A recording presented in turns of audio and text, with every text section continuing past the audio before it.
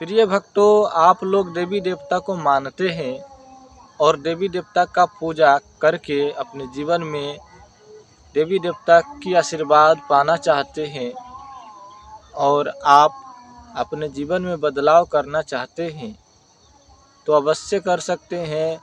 आपकी सोच, आपकी बुद्धि, आपका विचार सब कुछ बदल जाएगा। देवी देवता की जब आपके ऊपर आशीर्वाद लगेगा, बिल्कुल ही आपका सोच में परिवर्तन हो जाएगा। इसके लिए आपको गुरु बनाने की ज़रूरत है। गुरु बनाने के बाद आप पूजा करें। पूजा करेंगे देवी देवता की, तो इनमें कोई भी देवी देवता हो सकते हैं। ज़रूरी नहीं है कि कोई भी कहीं का हो। आपका कुल देवी देवता को मानते हैं तो कुल देवी देवता को पूजा करें। यदि आप किसी इष्ट को मानते हैं, जैसे काली माता हो गए, दीनानाथ बाबा हो गए, आपका कुल देवता में कोई भी देवी देवता हो सकते हैं। बन्नी, गोरैया, सोखा बाबा, गोविंद भगवान, गणिनाथ, दीनानाथ, सूर्यदेव, काली, मसानी माता, शीतला माता, अनेकों प्रकार की कुल देवी देवता भी होते हैं। उनमें से भी आप पूजा करना चाहते हैं तो उनमें से किसी एक महारानी का पूजा करें। यदि कुल देवता का करना चाहते हैं तो कुल देवता में आपको सभी को करना होता है। यदि आप किसी इष्ट का पूजा करना चाहते हैं तो इष्ट का करें और इनमें 1.25 महीने तक आपको व्रत रखना है। 1.25 महीने तक आपको पूरा ब्रह्मचर्य नियम का पालन करना है। इसमें आपको शाकाहारी है, यदि आप शाकाहारी है तो और अच्छी बात है। शाकाहारी नहीं है तो इन दिनों आपको मांस, मछली, दारू, शराब नहीं छूना है और आपको पूजा करना है।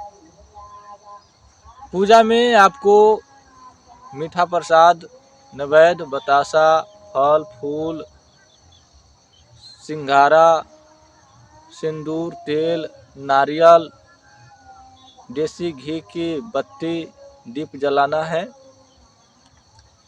और इसी प्रकार से आपको इष्ट देवता का पूजा करना है या अपने कुल देवी देवता की पूजा करना है। धूप में आप लकड़ी धूप ले सकते हैं। तिल, जौ, घी आप हुमाद करें। यदि आप इस तरह से करते हैं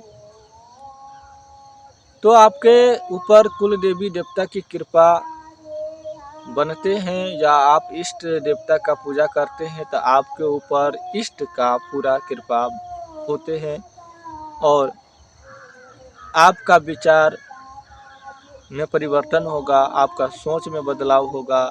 यदि आपके ऊपर किसी ने भी कुछ बैठाया है, किया कराया है तो उसका भी नाश होगा, क्योंकि जब देवी देवता की आशीर्वाद लगेंगे तो ठीक तो होना है। किसी और के पास जाने की ज़रूरत नहीं है। इतना यदि आप 1.25 महीने तक करते हैं, 1.25 महीने का यह व्रत होता है जो कि खुद से करना होता है। और 1.25 महीने करने का मतलब है कि 1.25 महीने का जो व्रत आप करते हैं, जो पाठ आप कर रहे हैं, जो पूजा आप कर रहे हैं, इन पूजा का फल आपको 1.25 महीने का जो पुण्य है, देवी देवता की आशीर्वाद जो 1.25 महीने का आपके ऊपर है, वह 1.25 महीने का बहुत ज़्यादा होता है। यदि 1.25 महीने का आशीर्वाद आपके ऊपर हो जाएगा तो आपके ऊपर किसी भी प्रकार की अनिष्ट शक्ति, जिन जिन्नात, भूत बैताल, चाहे कोई भी हो, किसी भी प्रकार की शक्ति यदि आपको हानि पहुंचाता है, ऐसा नहीं है कि आपके साथ में है तो वो भी भाग जाएगा, नहीं। ऐसा शक्ति जो आपको हानि पहुंचाता है और वह शक्ति आपके साथ में रहता है, चाहे वह किसी भी प्रकार का आपके पितृ हो, देव हो, भूत हो, प्रेत हो, जिन हो, खबीस हो, इत्यादि आदि शक्ति आपके साथ में है और वह शक्ति आपको हानि पहुंचाता है, तो वह शक्ति आपको हानि नहीं पहुंचा पाएगा।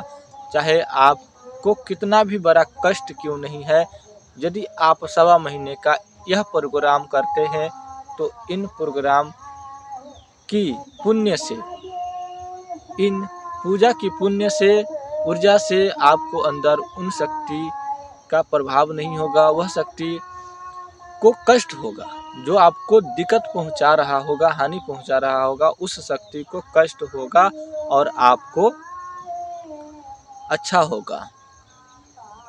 और जितने भी आपके पितृ है, देव है, चाहे कोई भी ऐसी आत्मा है, मनुष्य देवा है या मसान है, जो अच्छे शक्ति है आपके साथ में, ऐसा नहीं है कि बुरा शक्ति, अच्छा शक्ति भी होता है, तो पवित्र आत्मा भी होते हैं। पवित्र आत्मा यदि आपके साथ में है तो वह भी आपको मदद करेंगे और वह आपके साथ ही रहेंगे, वह आपसे कहीं दूर नहीं जाएंगे इस विधि से।